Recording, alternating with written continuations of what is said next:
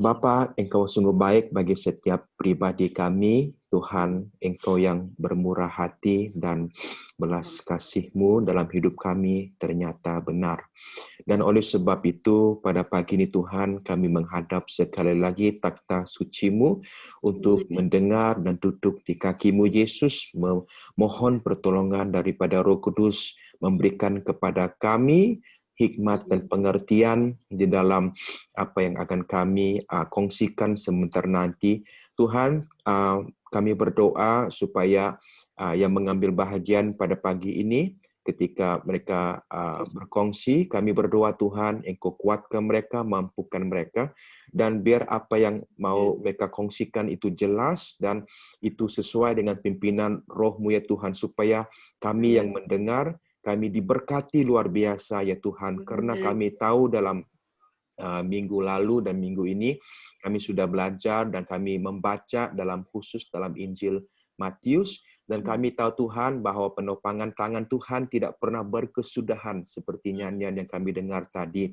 Dan meskipun kami jatuh tapi tidak tergeletak ya Tuhan, karena tangan-Mu menopang kami, Roh Kudus-Mu berserta dengan kami. Dan bila pada pada pagi ini Tuhan kami berinteraksi akan pembacaan kami tahu Tuhan bahwa setiap kami diberkati Tuhan. Terima kasih Bapa, terpujilah nama-Mu. Dalam nama Tuhan Yesus, damai Tuhan menyertai. Amin.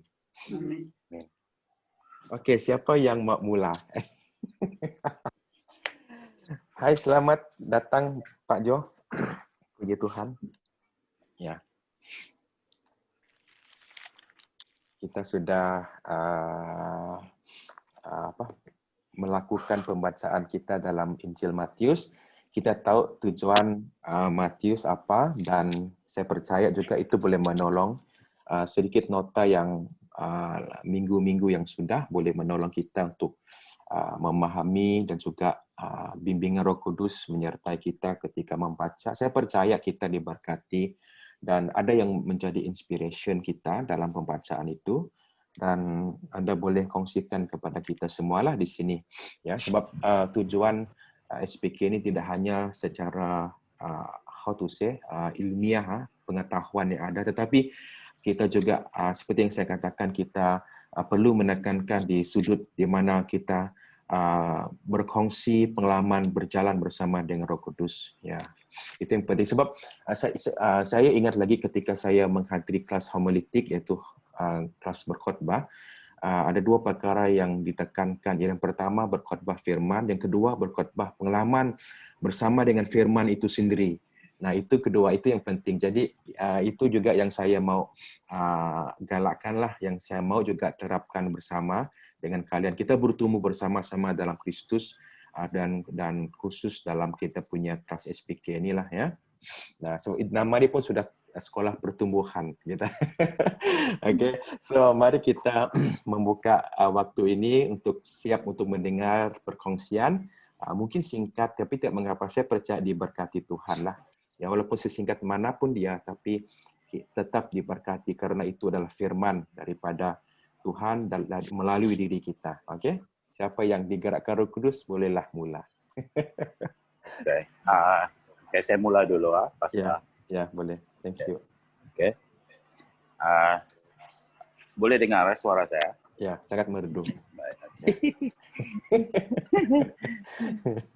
Mungkin makan madu ya. Ya, Tuhan. Madu lebah. Madu lebah. Oke. Salam, selamat bertemu dalam kasih Yesus. Amin. Hari ini saya ingin fungsikan apa yang saya pelajari tentang kehidupan Kristus dalam Injil Matius pasal 12. Injil Matius pasal 12 ayat 1 hingga 8. Injil Matius pasal 12 ayat 1 hingga 8. Di mana murid-muridnya memetik gandum pada hari Sabat. Saya akan membaca semua ayatnya lebih dulu, dan selepas itu menjelaskan apa yang berlaku di dalam cerita inilah. Ayat pertama. Pada waktu itu, pada hari Sabat, Yesus berjalan di ladang gandum. Karena lapar, murid-muridnya memetik buli gandum dan memakannya. Ayat kedua, melihat itu berkatalah orang-orang Farisi kepadanya, lihat, murid-muridmu berbuat sesuatu yang tidak diperbolehkan pada hari Sabat.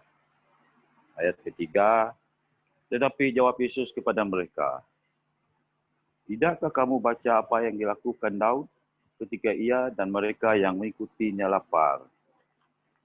Ayat keempat, bagaimana ia masuk ke dalam rumah Allah dan bagaimana mereka makan roti sajian yang tidak boleh dimakan, baik olehnya maupun oleh mereka yang mengikutinya, kecuali oleh imam-imam. Ayat yang kelima, atau tidakkah kamu baca dalam kitab Taurat bahwa pada hari-hari Sabat, imam-imam melanggar hukum Sabat di dalam bait Allah, namun tidak bersalah. Ayat ke-6, aku berkata kepadamu, di sini ada yang melebihi bait Allah. Ayat yang ke-7, jika memang kamu mengerti maksud firman ini, yang ku kehendaki ialah belas kasihan dan bukan persembahan. Tetapi kamu tidak, tentu kamu tidak menghukum orang yang tidak bersalah. Ayat terakhir, ayat 8, kerana anak manusia adalah Tuhan atas hari Sabat. Amin. Okay. Dalam cerita ini, Yesus membenarkan murid-muridnya memetik buli gandum pada hari Sabat untuk menunjukkan bahawa perbuatan yang perlu boleh dilakukan pada hari itu. Walaupun perbuatan itu bertentangan dengan hukum agama Yahudi yang keempat, iaitu hari Sabat. Tetapi orang Farisi dalam Matius ayat yang kedua berkata kepada Yesus, ketika melihat murid-muridnya memetik buli gandum pada hari itu, orang-orang Farisi berkata, lihatlah murid-muridmu berbuat sesuatu yang tidak diperbolehkan pada hari Sabat. Orang-orang Farisi menegur berdasarkan perintah Allah dalam Keluaran pasal 20 ayat 8 hingga 10 yang berkata, saya baca ayat 8, Keluaran 20 ayat 8, ingatlah dan kuduskanlah hari Sabat. Ayat 9, 6 hari lamanya engkau akan bekerja dan melakukan segala pekerjaanmu. Ayat 10, tetapi hari ketujuh pada hari Sabat Tuhan, tetapi hari ketujuh adalah hari Sabat Tuhan Allahmu. Maka jangan melakukan sesuatu pekerjaan engkau atau anakmu laki-laki atau anakmu perempuan atau hambamu laki-laki atau hambamu perempuan atau hewanmu atau orang asing yang di tempat kediamanmu. Dalam Keluaran pasal 20 ini, pasal 20 ayat 8 hingga 10 ini, orang Yahudi dilarang langsung untuk bekerja pada hari Sabat. Baik anak laki mereka, anak perempuan, ataupun hamba-hamba mereka, termasuk hewan mereka dan orang-orang asing yang ada di tempat mereka. Tetapi Yesus meluruskan pengertian orang-orang Farisi itu dengan menjawab, seperti yang terdapat di dalam ayat 3, 4, 5 tadi, iaitu Matius pasal 12 ayat 3, ayat 4 hingga 5 tadi. Dengan berkata, tidakkah kamu baca apa yang dilakukan Daud ketika ia dan mereka yang mengikutinya lapar? Dan seterusnya, bagaimana ia masuk ke dalam rumah Allah dan bagaimana mereka makan roti sajian yang tidak boleh dimakan, baik olehnya maupun oleh mereka yang mengikutinya, kecuali oleh imam-imam. Atau tidakkah kamu baca dalam kitab Taurat bahwa pada hari-hari Sabat imam-imam melanggar hukum Sabat di dalam bait Allah, namun tidak bersalah. Dan inilah jawapan Yesus kepada orang-orang Farisi. Dia melurus, Yesus menggunakan mengingatkan orang-orang Farisi dan yang berada di situ, termasuk murid-muridnya, tentang Daud dan pengikutnya yang makan saja roti yang di dalam bait Allah.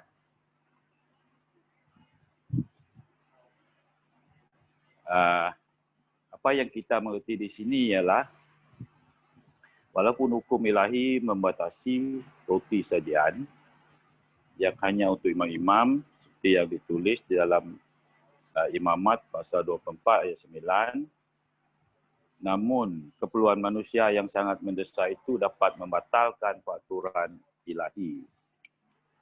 Sebab ini hanyalah peraturan ilahi, peraturan ilahi. Dan sudah pasti para rabai atau guru juga memahami keadaan yang sedemikianlah.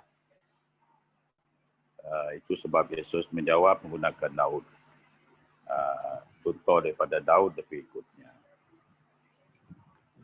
Okay.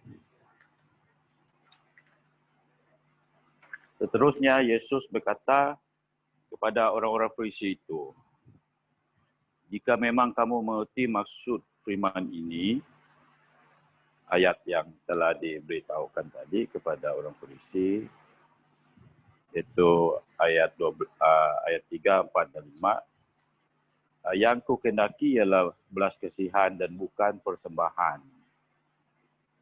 Yesus berkata, jika memang kamu mengerti maksud firman ini, yang ku kehendaki ialah belas kasihan dan bukan persembahan. Ataupun bukan pertunjukan lah.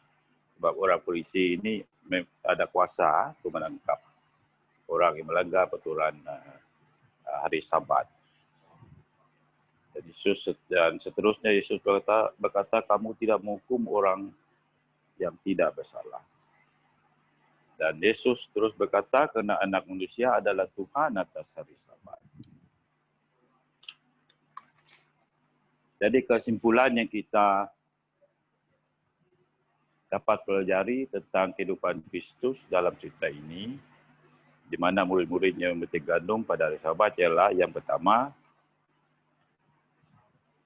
kalau kita sentiasa hidup bersama Yesus dan dilindungi oleh kuasa Tuhan, kita akan mendapat apa yang kita perlukan, walaupun kita melihat bahawa ada yang akan menghalangnya. Seperti dalam ayat yang pertama tadi, di mana hukum hari Sabat, itu yang menjadi halangan kepada murid-murid Yesus yang sedang lapar, yang memerlukan sesuatu untuk dimakan. Tetapi Yesus ketika itu biarkan mereka memetik bulir gandum untuk dimakan sebab dia tahu mereka sangat memerlukannya. Jadi poin yang pertama ini ialah kalau kita sentiasa hidup bersama Yesus, sebab murid-muridnya sedang bersama Yesus. Di mana pun Yesus pergi, mereka mengikuti dia. Berarti kalau hidup sama seperti kalau kita sentiasa hidup bersama Yesus dan dilindungi oleh kuasa Tuhan, iaitu Yesus Kristus lah. Kita akan mendapat apa yang kita perlukan walaupun kita melihat ada halangannya. Poin yang kedua, kalau kita percaya kepada Yesus ketika kita menghadapi masalah, dia mampu mengubah masalah itu menjadi sesuatu yang tidak akan membebankan hidup kita.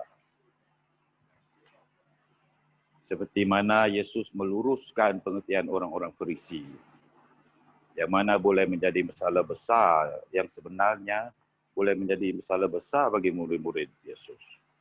Kena memetik bulir gandum pada hari Sabat. Sebab murid-murid Yesus percaya bahawa dia dapat menyelesaikan masalah mereka. Jadi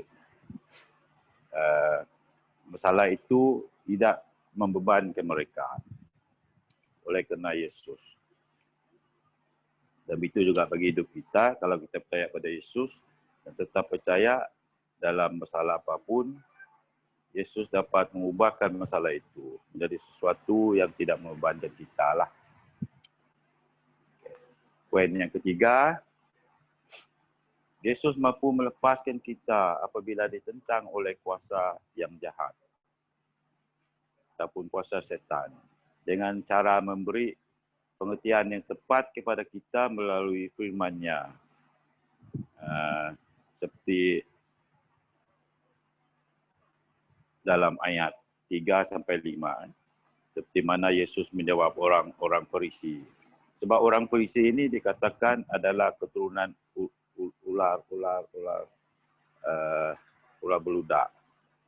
Sebab mereka ini orang-orang yang ada kuasa tapi selalu menyalahgunakan kuasa mereka. Mereka menggunakan kuasa itu untuk persembahan ataupun pertunjukan kuasa lah. Bahawa mereka ada kuasa. Bukan untuk Tuhan, untuk diri mereka sendiri. Jadi orang Farisi ini ibarat setan lah, kuasa yang jahat. Tapi melalui firman Tuhan, kita dapat dilepaskan. Seperti mana Yesus melepaskan murid-muridnya dengan menjawab dan memberitahu orang-orang Farisi tentang Daud dan pengikutnya itu.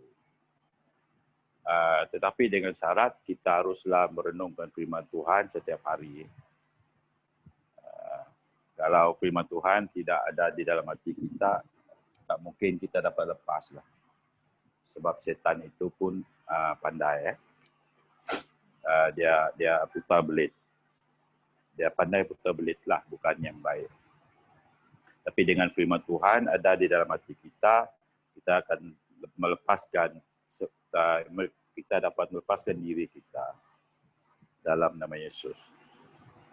Dan poin yang keempat, Yesus berkenan kepada orang yang menunjukkan belas kasihan terhadap orang yang tertindas.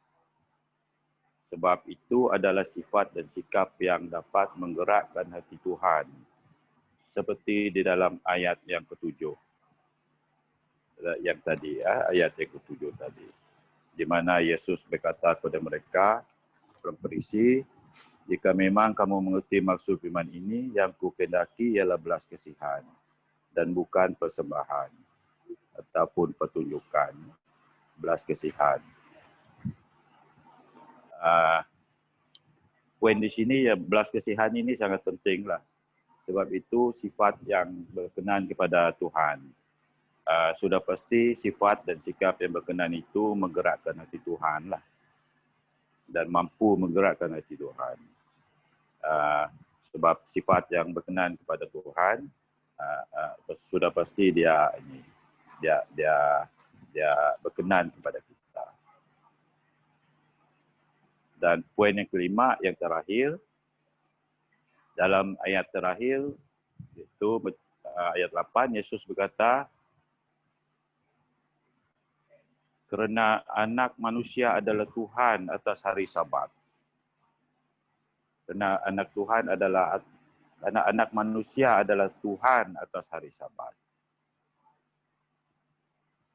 Kata Yesus ini memberitahu kita bahawa dia adalah Tuhan ataupun Mesias. Dan bukan hanya anak manusia, tetapi Tuhan ataupun Mesias. Oleh sebab itu, kita boleh percaya kepada Yesus tanpa ragu-ragu bahawa dia dapat melakukan dan memberikan apa yang kita minta dalam doa kita. Sebab dia adalah Tuhan. Sekiranya dia hanya anak manusia, tak mungkin kita percaya pada dia lah. Mungkin dia pandai berkata-kata, tetapi di sini dia berterus terang kerana anak manusia adalah Tuhan atas hari Sabat. Sedangkan peraturan yang diberikan oleh Allah dalam Perjanjian Lama, dia pun boleh mentafsirkan pengertian yang dikehendaki Allah lah. Bukan mengikut kebijaksanaan manusia seperti orang Farisi, mereka tafsir mengikut kebijaksanaan manusia. Walaupun mereka mengikutkan perintah Allah, tapi mereka tidak tahu maksud yang sebaliknya. Sebab Yesus mahu kita melakukan sesuatu yang baik di hari Sabat, iaitu hari Minggu lah. Kalau kita dalam kalender lain hari Ahad, hari yang ketujuh. Hari Sabatnya hari yang ketujuh. Perkara yang baik harus dilakukan pada hari Sabat. Seperti menunjuk belas kasihan, seperti memberi kesembuhan, menolong orang yang susah. Sebab semua itu adalah sesuatu yang baik yang boleh dilakukan pada hari Sabat. Di situ kita faham bahwa Yesus adalah Tuhan yang hari Sabat pun dia boleh tafsirkan maksudnya mengikut kehendak Tuhan, bukan hanya dari pengertian manusia. Itu ya 5 poin yang saya kongsikan, dan mengikut pengalaman saya dalam hidup saya, dalam poin yang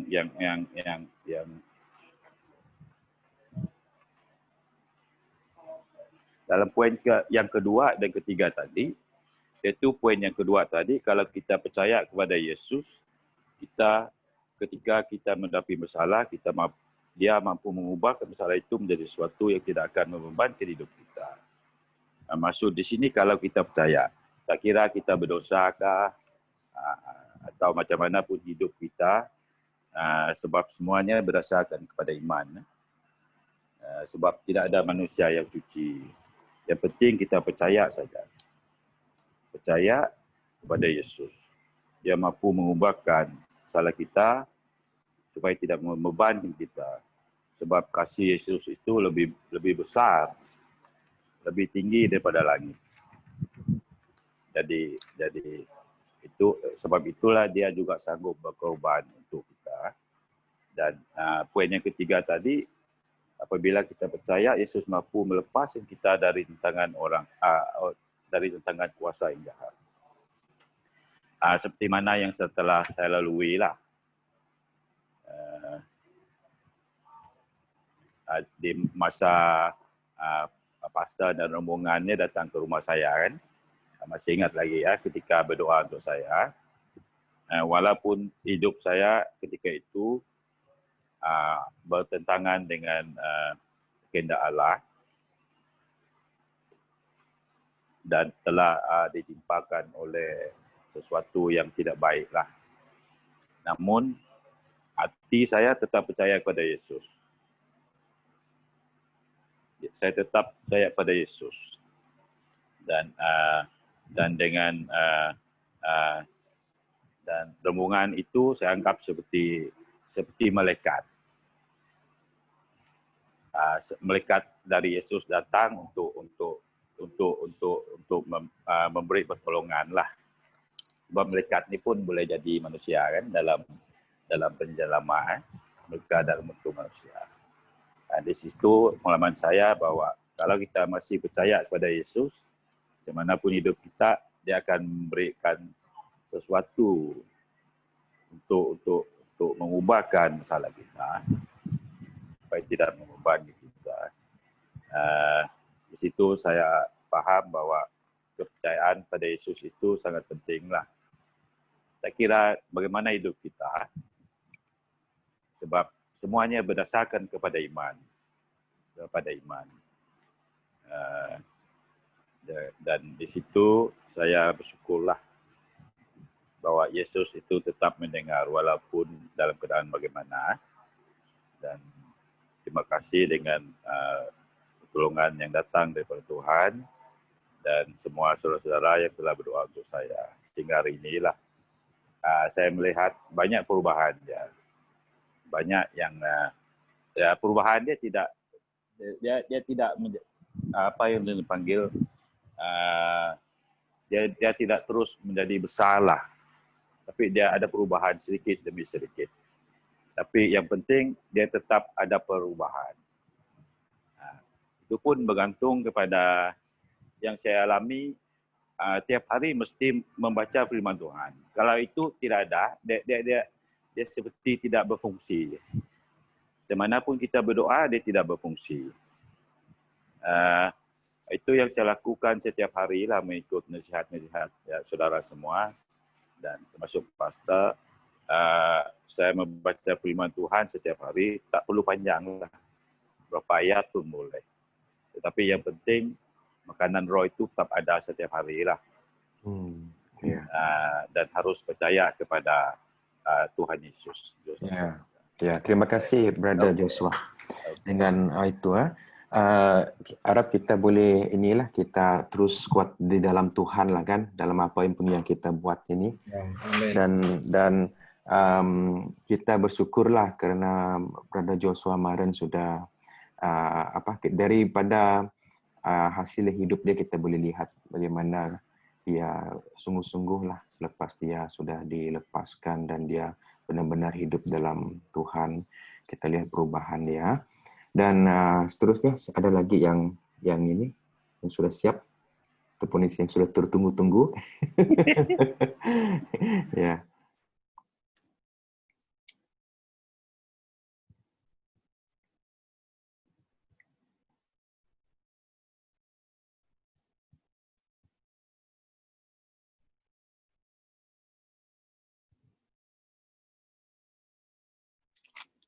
Okey, supaya kita tidak buangkan masa ya. Iya.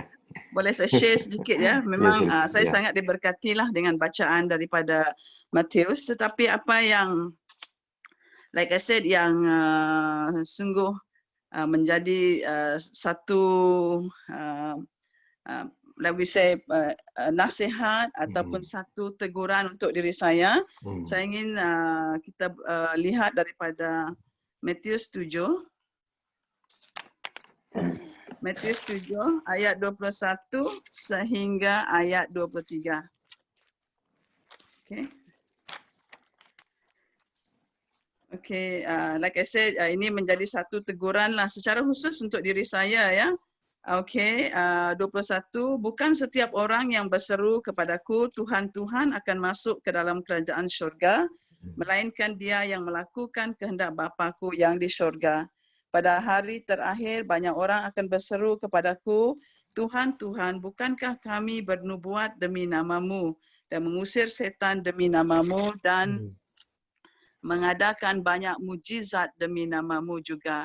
Pada waktu itulah aku akan berterus terang kepada mereka dan berkata, aku tidak pernah mengenal kamu. Enyahlah daripadaku kamu sekalian pembuat kejahatan. Okey, yang pertama ya, yang kalau saya lihat daripada ini ya, ini adalah orang-orang ya, kalau kita lihat di sini, seperti kita hari ini ya, kita ada punya satu konsep ya, lebih sibuk kita melayani Tuhan ya, sepertinya lebih baik, you know, the more we spend time, seperti sebenarnya dia ada relation dengan apa yang Pastor Mac Anderson kata pada pagi tadi ya. Kadang-kadang kita begitu sibuk, kita join everything dan seterusnya. Kita melayani di setiap bahagian dan kadang-kadang daripada situ kita rasa sepertinya okey, saya dah buat yang terbaik ya untuk Tuhan, pasti ya. Nama saya tercatat, Tuhan pasti kenal saya, I've given enough dan seterusnya.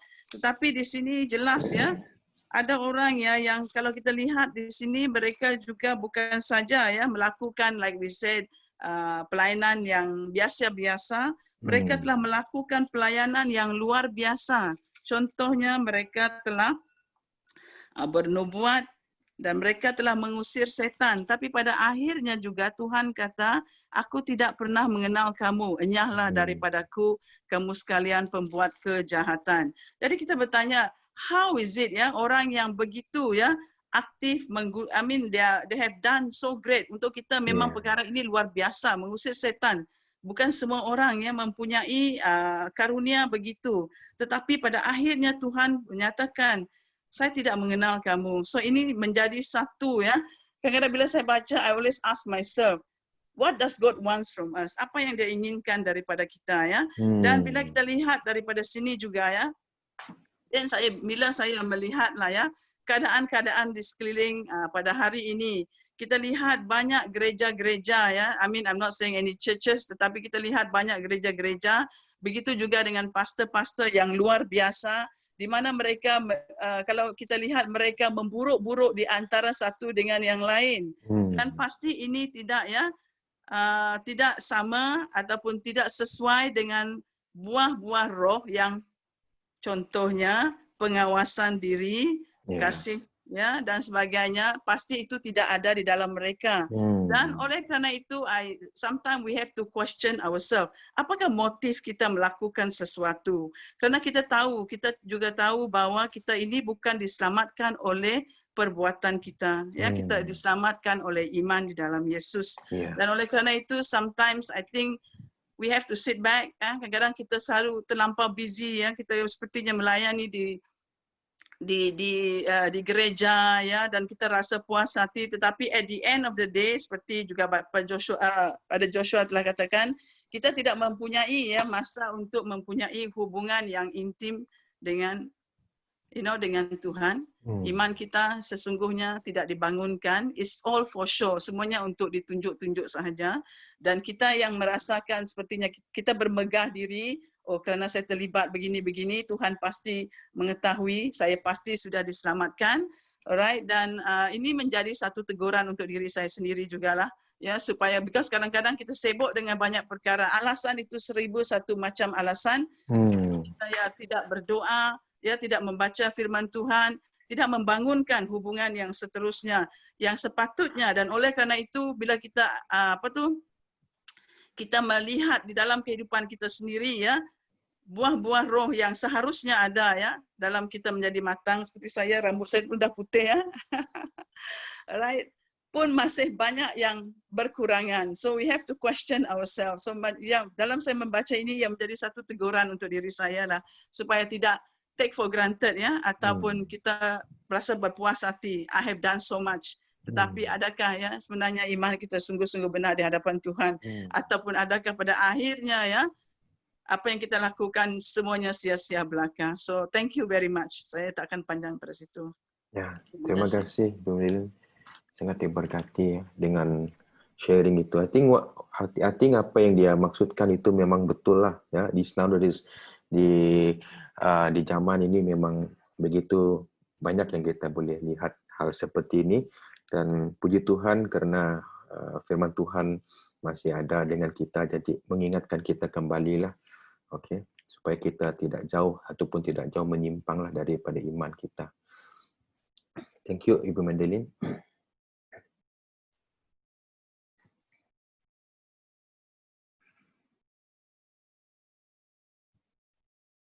Ya, Sister Gina, kamu lagi yang last. Yang lain sudah. Tadi masa you offline, yang lain sudah habis. Penghormatan, I'm just joking. Kita menyebut Ibu Gina, alright. Thank you, Son. Okay, can you hear me? Ya, sangat merdu. Okay, thank you. Right, ada saya minta kalau boleh tolong saya with that verse yang terdapat di Matius 5 ayat 17 di group. I was hoping that ada yang tolong saya, but I was given it as a homework instead oleh cikgu, dan boleh share dengan kita pagi ni lah. But saya masih lagi belum complete dalam saya melihatlah ataupun study this verse. Why this verse sangat ada impact lah kepada saya, sebab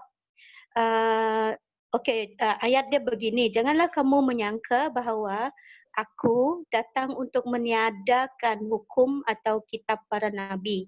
Aku datang meniadakan hukum Taurat atau kitab para nabi. Aku datang bukan untuk meniadakannya, melainkan menggenapinya.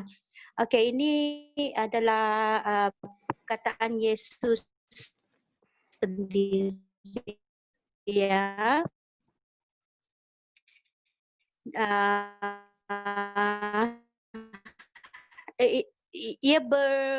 begini, jadi datang untuk membuat satu hukum yang baru kah atau bagaimana? Tetapi kalau kita melihat apa tujuan Matius ditulis, kita melihat bahawa Yesus itu datang untuk semua pelajaran ataupun pengajaran Yesus itu didasarkan dengan hukum Taurat. Jadi saya percaya bahawa buku Matius ini ditulis kepada orang Yahudi lah, mungkin the Greek sebab mereka ini tahu what he's talking about tentang hukum Taurat dan kitab para nabi. Kalau saya tidak Google, sorry ya cikgu, saya terpaksa Google. Okey, saya tidak faham lah apa itu hukum Taurat. Yang mana yang dipanggil hukum Taurat? Yang mana dipanggil kitab para nabi? Okey, pernahlah Pastor Mac bagi tahu, share dengan saya bahawa hukum Taurat itu setelah saya Google kembali adalah 5 kitab pertama dalam perjanjian lama lah. Kejadian, Keluaran, Imamat, Bilangan dan Ulangan. Okey, dan kitab para nabi adalah dari juga dipanggil Nevi'im, Pastor. And then ia dari kitab Joshua, Hakim-Hakim, Samuel, Raja-Raja, Yesaya, Yeremia dan Yehezkiel, dan 12 kitab nabi-nabi kecil lah. Kita boleh tengok nabi-nabi yang lain seperti Hosea, I think ada kitab nabi-nabi yang kecil lah. Okey, jadi you see, bagi saya susah saya faham sebab I'm not a Jew. Jadi saya tak tahu what is Jesus trying to say here. Right, jadi tak apa, Roh Kudus boleh menolong kita. Right, jadi di sini Yesus mengajar bukan sesuatu yang baru kepada orang Yahudi pada masa itu, tetapi sesuatu yang mereka sudah tahu, iaitu hukum Taurat dan kitab para nabi. And then I wonder why, kenapa begitu? You see, okay, yang ini saya percaya daripada Roh Kudus. Haleluya. Right. Jadi ada 3 pribadi kan, Father, Son and Holy Spirit. Jadi the Father dia adalah the creator lah, kita yang saya dapat. He's the creator and he stays in heaven ataupun di kerajaan surga lah. Okay, the Son is the savior. Jadi dia yang dihantar kepada manusia tetapi kemudian kembali ke kerajaan surga. And the third one, the Holy Spirit, itu juga adalah the helper. Dia hantar kepada kita selepas the Son send the Holy Spirit itu untuk bersama kita sampai Tuhan sampai dia kembali lagi lah. Okay, why? Okay, I relate it to the verse. Okay, adakah Yesus perlu kenapa dia tidak buat sesuatu yang baru? Sebab he cannot there's a verse right in the Bible yang bercakap bahawa the Son akan bersaksi tentang Bapa. Jadi dia tidak boleh go against apa yang telah diperintahkan oleh Bapa or the Creator. Jadi saya percayalah why Yesus stay dalam konteks Taurat, hukum Taurat dan kitab para nabi adalah supaya the verse says bukan untuk meniadakannya,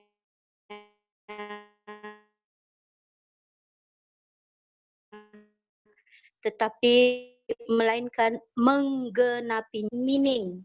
Jadi untuk membuat ia lebih bermakna. Dan dalam bahasa Malaysia dia menggunakan perkataan menggenapinya ataupun to fulfill, untuk memaktubkan, how to say, to seal it, to seal the deal. Okay, jadi saya ada fahamlah mengenai this verse bahawa Yesus, berpeluh-peluh saya menerangkan firman Tuhan. Takut salah. Okay, anyways, Yesus datang adalah untuk memberi makna kepada hukum Taurat dan juga apa yang telah ditulis oleh para nabi di dalam firman Tuhan. Dan juga saya, I try to connect juga apa proof ataupun bukti bahawa Yesus datang untuk menggenapi hukum Tuhan itu. Right, ada 9 ayat dalam Matius. Kalau kita mau catat pun boleh catat. Ini yang saya belum siap lagi. Dalam Matius pasal 1 ayat 22 hingga 23. Matius 2 ayat 15. Matius 2 ayat 17 hingga 18. Matius 2 ayat 23. Matius 4 ayat 14 hingga 16. 9 tadi saya cakap. And then Matius 8 ayat 17. Matius 12 ayat 17 hingga 21. Matius 13 hingga ayat 35. Matius 27 ayat 9 hingga 10. Okey, nantilah saya share di grup untuk kita sama-sama cari. Jadi saya sempat cari yang pertama saja, Matius pasal 1 ayat 22 hingga 23. Saya baca Matius 1 22 23. Okay, so the Lord's promise came true. Just as the prophet had said, a virgin will have a baby boy and he will be called Emmanuel, which means God is with us. Okay, jadi saya kata di sini tak ada pun reference dalam Bible, dalam Alkitab. Tak ada pun dia tulis di mana kitab itu. Okay, so saya berdoa minta Tuhan tolong saya. Right, jadi saya guna Google. Sorry again cikgu. Okay, saya Google and ayat ini pernah ada tertulis di Isaiah 7 verse 14. Yesaya 7 ayat 14. Memang ayat dia pun sama. Jadi itu satu proof di mana ataupun bukti Yesus datang untuk menggenapi hukum itu. Jadi yang pertama tadi is to give the full meaning. Sebab dalam pengajaran Yesus, dia mengajar dari Taurat tetapi dia memberi makna yang sebenar tentang Taurat itu. Dan yang kedua ini adalah Yesus memang sudah dinubuatkan, kehadirannya sudah dinubuatkan. Jadi dengan his existence di bumi ini menjadi bukti bahawa Yesus datang untuk menggenapi, untuk fulfill, untuk memberi makna kepada hukum daripada our creator, iaitu Bapa surgawi kita lah. Right, jadi saya rasa itu saja yang saya boleh kongsikan dan yang saya telah belajar lah daripada kitab ini. Thank you. Okay, thank you Ibu Gina. Okay, just untuk tambahan, antara ayat yang kamu share tu ada di dalam nota yang sudah kita ini, sebab kalau kita lihat di nota point 9, point yang ke-9, antara penekanan Matius menceritakan tentang Yesus itu sebenarnya menceritakan bagaimana Matius menceritakan Yesus datang untuk menggenapi apa yang telah dikatakan oleh kitab para nabi lah, okey. Dan ianya yang pertama itu sesuai dengan yang kamu sudah sharekan tadi itu di Yesaya 7 Matius 1 tu, yang untuk lebih ini menolong kamu boleh lihat kembalilah kepada nota yang sudah di-sharekan supaya lebih meneguhkan. Okay? Alright. Thank you. Sangat diberkati. Dapat merasakan dedikasi usaha itu yang sangat-sangat besar di sana sini dan dipimpin Roh Kudus. Wow. Dan akhirnya lihat ketika sudah dipimpin Roh Kudus, exactly jawapannya ada di dalam nota. Jadi itu bermaksud pimpinan Roh Kudus itu betul dan nota itu pun betul lah. Puji Tuhan ya. Saya pun tak ajar salah lah. Jadi sesuai dengan Matius 7 tadi yang di-sharekan Ibu Madeline. Kalau pengajar salah ni nanti tidak dikenal Tuhan. Haleluya. Oke. Thank you, Ibu Gina.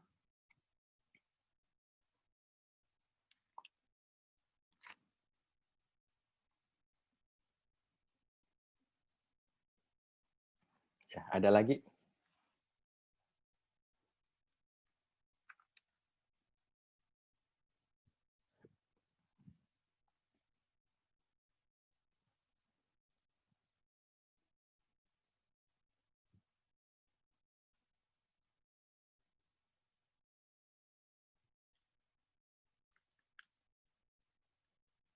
Ya, ya. Haleluya. Kita masuk dalam persekutuan doa. Ya, Masa sunyi ya. lah masa sunyi lah. Masa sunyi. Oke, saya kongsi lah sedikit apa yang Ya. saya pelajari lah. Ya. Oke, Haleluya. selamat pagi. Pagi. Mesti mau selamat pagi saya ucapkan kepada semua. Oke, ada 3 hal yang saya pelajari lah. Ada soalan dan ada apa nih, yang sesuatu yang rasa baru lah. Bila saya baca perlahan-lahan ikut rhythm saya dan agak ada juga yang sesuatu yang baru lah. Oke, yang pertama nih dalam ada kaitan dengan apa yang penggenapan Tuhan Yesus dalam perjanjian baru lah, yaitu kehendak Yesus dalam hubungan manusia dan Yesus lah. Oke, dalam Matius 9 ayat 12 hingga 13 dan apa yang Tuhan Yesus katakan ya. 9 ayat 12-13 Yesus mendengarnya dan berkata, bukan orang sehat yang memerlukan tabib tetapi orang sakit. Jadi pergilah dan pelajarilah arti firman ini, yang ku kehendaki adalah belas kasihan dan bukan persembahan, karena aku datang bukan untuk memanggil orang benar dan melainkan orang berdosa. Saya rasa agak biasa ayat ini dengan kita, tetapi yang sesuatu yang baru bagi saya bila saya baca dalam Matius dan dalam Hosea 6 dan pasal 6 ayat 6 dan Matius 12 ayat 7, dan ya memang orang tabib yang memerlukan orang sakit memerlukan tabib. So apa yang saya jumpa di sini yaitu belas kasihan Tuhan itu melebihi persembahan yang kita bagi. Oke, itu yang 2 perkara yang berbeza lah. Yang perjanjian lama dia lebih kepada persembahan, meaning satu arah lah kepada Tuhan. Oke, dan bila perjanjian baru Tuhan Yesus datang itu lebih kepada belas kasihan Tuhan dan yaitu pengenalan akan Allah itu sendiri lebih utama daripada semua korban bakaran itu. Oke. Dan itu yang yaitu dalam hukum Taurat yang kita ingat cerita Musa, dia memang semua apa yang mereka lakukan mereka akan buat persembahan. Oke. So itu cara mereka. Tetapi sekarang itu lebih kepada kasih setia kita kepada Tuhan, hubungan dengan Tuhan dan belas kasihan yang ada pada Tuhan. Oke, itu yang perkara yang pertama. Yang kedua yaitu bila saya baca semua cerita mukjizat yang Tuhan lakukan, secara langsung mereka yang berjumpa dengan Tuhan, mereka kenal siapa Tuhan Yesus. Mereka akan panggil dia secara direct. Oke, macam ada yang panggil dia Tuhan anak Daud, yang Tuhan, ada yang panggil even setan yang yang ramai-ramai yang masuk ke babi itu. So harap kita tidak makan babi yang kena rasuk itulah. Oke, itu babi itu pun mengaku yang dia anak Allah. Anak Allah, kenapa kamu ada di sini? Oke. So dan ada yang cakap anak Daud. So, tetapi ada satu kumpulan ini orang Farisi lah yang mengatakan bahwa Tuhan Yesus itu menghalau setan dengan kuasa penghulu setan. So, ada dua grup di sini yang mereka yang secara pribadi mengalami apa yang Tuhan Yesus katakan, lakukan, mereka kenal dia. Mereka katakan, itulah anak Daud, anak Allah. Tapi orang yang tidak kenal dia dari luar, yang orang Farisi ini mereka kata dia kuasa penghulu setan. So ya apa yang saya ingin rumusan saya tentang cerita-cerita ini adalah hanya mata saksi yang mengalami kasih karunia Tuhan akan kenal secara pribadi siapa Yesus itu. Oke, bagaimana kita mau cakap dengan orang yang yang belum mengalami kasih Tuhan itu kan Yesus itu adalah anak Tuhan, mereka tidak akan percaya. Mereka akan masih mengatakan bahwa dia ada kuasa dari penghulu setan. Oke, itu yang cerita itu banyaklah. Oke, dan yang ketiga pesan Yesus kepada 12 muridnya. Ini lebih kepada soalan lah. Saya belum baca lebih jauh lagi. Yang pertama yaitu Tuhan lepas dia melantik ke 12 muridnya dan dia ada 2 pesan yang dia katakan lah. Yang pertama jangan ke bangsa lain dan orang Samaria. Meaning jangan melayani di sana atau menginjil di sana kan. Dan yang kedua yaitu pergilah ke domba-domba yang hilang dari umat Israel, yaitu hanya kepada orang Israel. Dan tidak pasti apa cerita dia dan kenapa pada masa ini Tuhan Yesus tidak menyuruh mereka keluar. So mungkin nanti ada jawaban dari Pastor Mac lah. Jadi soalan dia kenapa umat Israel, kenapa pesan Tuhan hanya kepada umat Israel dahulu sebelum ke orang bukan Israel, orang Yahudi. Oke, itu saja soalan saya. Terima kasih. Oke, terima kasih Bapak Joshua Martin. Oke, saya terus kepada soalan dia lah. Yang pertama itu bangsa Israel sudah dituliskan bahwa bangsa Israel dari situlah mulainya keselamatan dari Allah, daripada bangsa Israel. Jadi bangsa Israel pada ketika itu harus mendengar, pertama-tama harus mendengar Injil yang dikabarkan oleh Tuhan Yesus. Sebab itu bila Tuhan Yesus melantik ke-12 para murid itu first pelayanan dia, belum lagi sampai ke Paulus. First pelayanan, cerita Paulus itu setelah penganiayaan sebelum penganiayaan gereja pertama di Yerusalem. Melantik 12 para muridnya dan tugas mereka itu harus mengabarkan Injil pertama-tama untuk orang Yahudi. Nah, ketika Injil sudah disampaikan dan dikabarkan hampir keseluruhan, ada rejection ada penolakan. Sebab itu kalau kita lihat dalam Matius itu ada perumpamaan yang Tuhan Yesus cerita sendiri dengan orang Saduki, orang Farisi. Cerita ini di mana saya ada baca di raja itu menyediakan pesta untuk orang yang dijemputnya. Jadi bermaksud yang dijemput itu adalah umat pilihan Tuhan, tetapi mereka menolak jemputan itu sebab mereka bilang mereka sibuk, mereka pergi ke ladang, mereka penanam anggur dan sebagainya.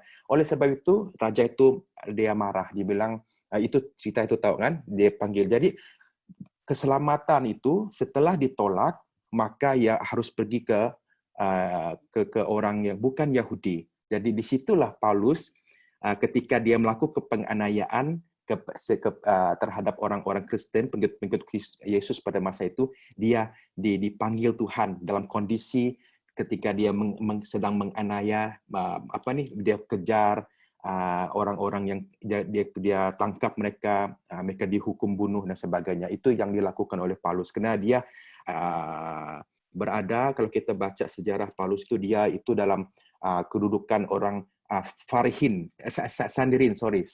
itu paling tertinggi antara Saduki, Farisi dan tokoh agama Yahudi yang lain. Sandirin itu yang paling tinggi. Dia dalam golongan itu dia mendapat otoriti daripada Kaisar Romawi untuk memerangi orang Kristen pada ketika itu. Tapi dalam perjalanan dia memerangi itu, Tuhan Yesus memanggil dia.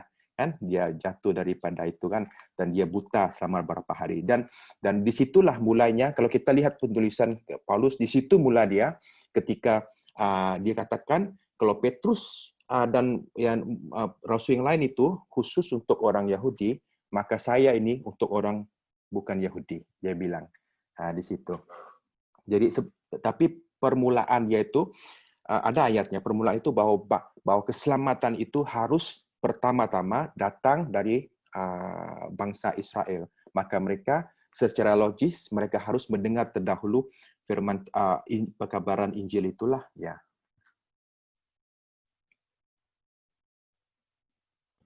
Oke, terima kasih. Satu saja soalan dia kan, tinggal dua kan? Cukup. Okay. saya lupa. Ya. Oke. Shalom ya, selamat pagi. Ya, salam, Oke, Pak. dari saya sedikit di dalam Matius ini di mana saya pahamilah ya. Dalam Matius ini pertama-tama bagi saya dalam Matius ini adalah menunjukkan bahwa Yesus itu seperti yang sebelum ini saya pernah sharing juga ya, bahwa Yesus itu adalah manusia ya 100% sepanjang dia hidup di bumi. Dan kedua, sepanjang Yesus berjalan ya ataupun di dalam sepanjang dia mengajar ya, kira datang menginjil ya, di dalam itu kita boleh buka di dalam Matius 4 ayat 23 sehingga 20, Matius 4 23 ayat 24 ya. Matius 4 ayat 23 sehingga 24. Pada masa itu dia menunjukkan kemanusiaan ya, kemanusiaan Yesus Kristus, dan bahwa pada saat itu juga menunjukkan ketuhanan. Ketuhanan, bahwa kita tahu bahwa sepanjang Yesus di bumi itu dia adalah manusia 100% ya, di mana pada saat itu juga menunjukkan kekuasaan ya, ketuhanan bagi setiap orang pada masa itu. Nah, jadi pada di mana Yesus pada saat itu juga sepanjang dia menjalani kehidupan dia pada masa itu juga, Yesus ini dipenuhkan dengan kerendahan hati ya, dengan penuh dengan kerendahan hati, di mana dia telah Yesus dibaptis ya oleh Yohanes ya. Kita boleh buka di dalam Matius 3 ayat 13. Di situ saya tidak akan membaca ayat itu, tetapi kita tahu di saatnya dia melakukan ataupun memberikan, di saatnya dia dibaptis itu menampakkan bahwa dia adalah kemanusiaan dia, dan sebagai Yohanes yang membaptiskan, dia menunjukkan apa yang nampak seperti itu. Jadi yang selebihnya kita percaya bahwa kita tahu bahwa itu adalah satu hati dari kerendahan hati dia. Dia menunjukkan kasihnya bagi setiap orang pada saat itu. Pada saat itulah ya, di mana kita tahu seperti yang tidak nampak orang tidak akan percaya, tetapi lewat daripada dengan Yesus ya, dengan hadir di bumi ini, dia menunjukkan bahwa kasih Tuhan itu nyata. Nah, jadi sepanjang kehidupan Yesus itu dia menunjukkan manusia, ketuhanan, dan garam dunia. Di mana kita tahu sampai selama-lamanya kita tahu bahwa Yesus Kristus sepanjang dia menjadi manusia itu adalah garam dunia. Begitu juga kita itu di dalam Matius 5 ya. Matius 5 ayat 13 sampai 16 ya. Di mana saya mengambil saya tidak akan baca semua, tetapi saya mengambil ayat di nomor 13. Kamu adalah garam dunia, jika garam itu menjadi tawar, dengan apakah yang diasinkan? Tidak ada lagi guna selain dibuang dan diinjak oleh orang. Nah, jadi kamu adalah terang dunia. Kota yang terletak di atas gunung tidak mungkin tersembunyi. Nah, yang terakhir 16 ya. Demikian hendaknya terangmu bercahaya di depan orang, supaya mereka melihat perbuatanmu yang baik dan memuliakan Bapamu yang di surga. Nah, jadi kita tahu bahwa Yesus mempunyai satu kepribadian dia sepanjang dia menjadi kemanusiaannya. Jadi begitu juga kita ya, sebagai manusia yang telah dibentuk ataupun diciptakan oleh Tuhan Yesus Kristus yang Maha Kuasa, kita akan mengikuti prinsip ataupun kepribadian Tuhan Yesus Kristus ya, di mana kita tahu kalau Yesus tidak menjadi tidak ada sepanjang dia manusia itu ya, kita tahu bahwa Yesus itu adalah Tuhan tersendiri ya, sendiri. Jadi kita tahu bahwa Yesus menunjukkan kepribadian dia sebagai manusia 100%. Nah, jadi kita tahu apa yang kita lakukan ya, garam dunia, baik seperti apa yang di-sharing yang oleh yang lain, kita tahu kita mengikuti ya prinsip-prinsip Yesus Kristus. Jadi di dalam Matius ini apa yang saya pelajari, pertama tadi dia kemanusiaan dia 100% dengan kerendahan hati dia pada saat itu, dan kedua ketuhanan pada masa itu, di mana banyak penyembuhan ya, pelepasan pengusiran lah pada masa itu, dan pada yang terakhir, yang ketiga, garam dunia. Sampai selama-lamanya kita tahu nama Yesus Kristus itu adalah tidak akan berubah karena dia adalah Tuhan yang Maha Kuasa. Jadi itu sedikit yang saya ambillah di dalam Matius, dan biarlah kita bersama-sama menjadi seperti Yesus. Ya, maksud saya kepribadian dia, ya, sebagai dia sepanjang dia hidup sebagai manusia, begitu. Oke, terima kasih. Tuhan Yesus memberkati. Amen. Terima kasih, Pastor. Oke. Oke. Terima kasih, Max Rodi. Oke, sama-sama. Ya, dengan firman tadi itu. Oke, kita sudah habis masa. So, saya pikir mungkin kita sampai di sini saja. Oke, untuk yang apa nih? Yang ada lagi kan? Ada peserta-peserta. Oke, kita akan bawa ke minggu hadapan. Oke, setengah jam untuk kalian, setengah jam untuk kita masuk ke dalam Injil Lukas. Ya. Dan saya tidak mau memperpanjangkan sesi kita ini sebab memang sudah janji 1 jam, jadi kita 1 jam lah. Oke, apapun terima kasih kepada yang sudah berkongsi. Saya sangat diberkati pribadi. Bila saya mendengar kalian yang menambah banyak banyak pengertian ataupun perspektif yang baru sebenarnya daripada setiap orang. Ini keunikan kita bila kita mendengar daripada pelbagian perkongsian yang sangat membantu sebenarnya. Dan untuk yang sudah siap tapi tidak ada kesempatan pada hari ini, saya minta maaf, tetapi ada kesempatannya di minggu hadapan. Okay? Ibu Lina dan juga Sister Tijan, alright. Dan harap yang lain mereka yang tidak hadir hari ini juga akan ada kesempatan lah. Okay, kalau mereka hadir for next week, alright. So sampai di sini pelajaran kita. Terima kasih ya atas perkongsian itu. Pribadi saya diberkati, saya yakin yang lain juga diberkati. Sebelum kita tutup, kita berdoa dulu lah. Oke, saya minta penghormatan Ibu Lina, oke boleh ya, bawa kita dalam doa tutup. Tak sempat sharing tak apa, tapi sempat untuk doa tutup ya. Terima kasih Ibu Lina. Ya. Mari kita berdoa bersama. Haleluya. Kurababa syekarabana sendiri. Terima kasih padamu pada pagi hari ini. Karena kami diberi kesempatan membersihkan dan Sandara pada syukur bersyukur pada sandara pada syukur bersyukur pada syukur mengenai Injil Matius. Ya Tuhan, kami percaya bahwa apa yang telah kami sharing, baik terutama mereka yang telah sempat share pada pagi hari ini, biarlah itu menjadi dorongan dan menjadi menguatkan kami supaya kami terus bertekun lagi dan menggali isi firman ya Tuhan. Mungkin selama ini kami tidak mengerti dan memahami. Apabila kami sungguh-sungguh dan membaca daripada firman-Mu dan menggali apa yang terdapat di dalam firman-Mu adalah sesuatu khazanah yang luar biasa yang tidak dapat kami pahami dan dapat kami mengerti. Tetapi kami percaya bahwa Roh Kudus-Mu yang telah berbicara dan telah memakai setiap anak-anak-Mu yang terlibat di dalam pengungsian pada pagi ini Tuhan, sehingga kami semua diberkati lewat apa yang mereka sharing melalui firman-Mu. Hamba berdoa buat hamba-Mu yang telah berbicara, menyampaikan firman-Mu ataupun firman Tuhan yang kami belajar sepanjang dia membawa kami dalam SPK ini. Kami sangat diberkati Tuhan. Bahkan Tuhan Engkau terus pakai dia dengan luar biasa. Bahkan Tuhan berikan dia roh hikmat, roh pawayu, roh perkasan.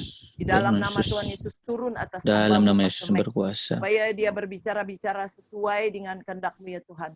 Apa yang Kau telah sedia baginya Tuhan, bahkan dia tidak ragu-ragu untuk men-share-kannya dengan kami, supaya setiap kami yang mendengarnya juga akan diberkati lewat pelajaran-pelajaran SPK yang kami ikuti setiap minggu ini. Hamba berdoa Tuhan setiap peserta yang terlibat di dalam SPK ini.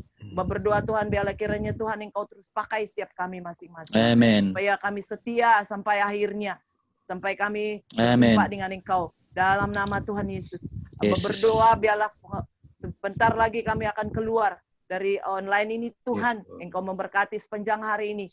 Dari saat ini sampai selama-lamanya Tuhan. Baik manapun kami pergi, Tuhan Engkau menuntun perjalanan kami. Dalam nama Tuhan Yesus, Dalam nama setiap Yesus. kami dengan darah-Mu. Supaya kami sentiasa punya semangat, punya roh, punya api yang baru yang daripada Yes, Engkau. Lord. Amin. Terpujilah namamu, terima kasih Bapa. Terima kasih Yesus, inilah doa kami, inilah pengucapan syukur kami buat pagi hari ini. Haleluya. Hanya di dalam Dalam namamu Yesus. Tuhan, kami berdoa dan mengucap syukur. Amin. Amin. Amin. Okay, terima kasih Bu Lina. Terima kasih semua Ibu Madeline, Bapak Joseph Maren, Bapak Joseph Martin. Oke. Terima kasih Yeah. Bu Gina, Oke. pada Max Rodi, Oke. Jan. Tuhan memberkati God bless. kalian. God bless. Tuhan Yesus Selamat, memberkati. selamat membuka Bye. puasa. Bye. Oke. Bye. Oke.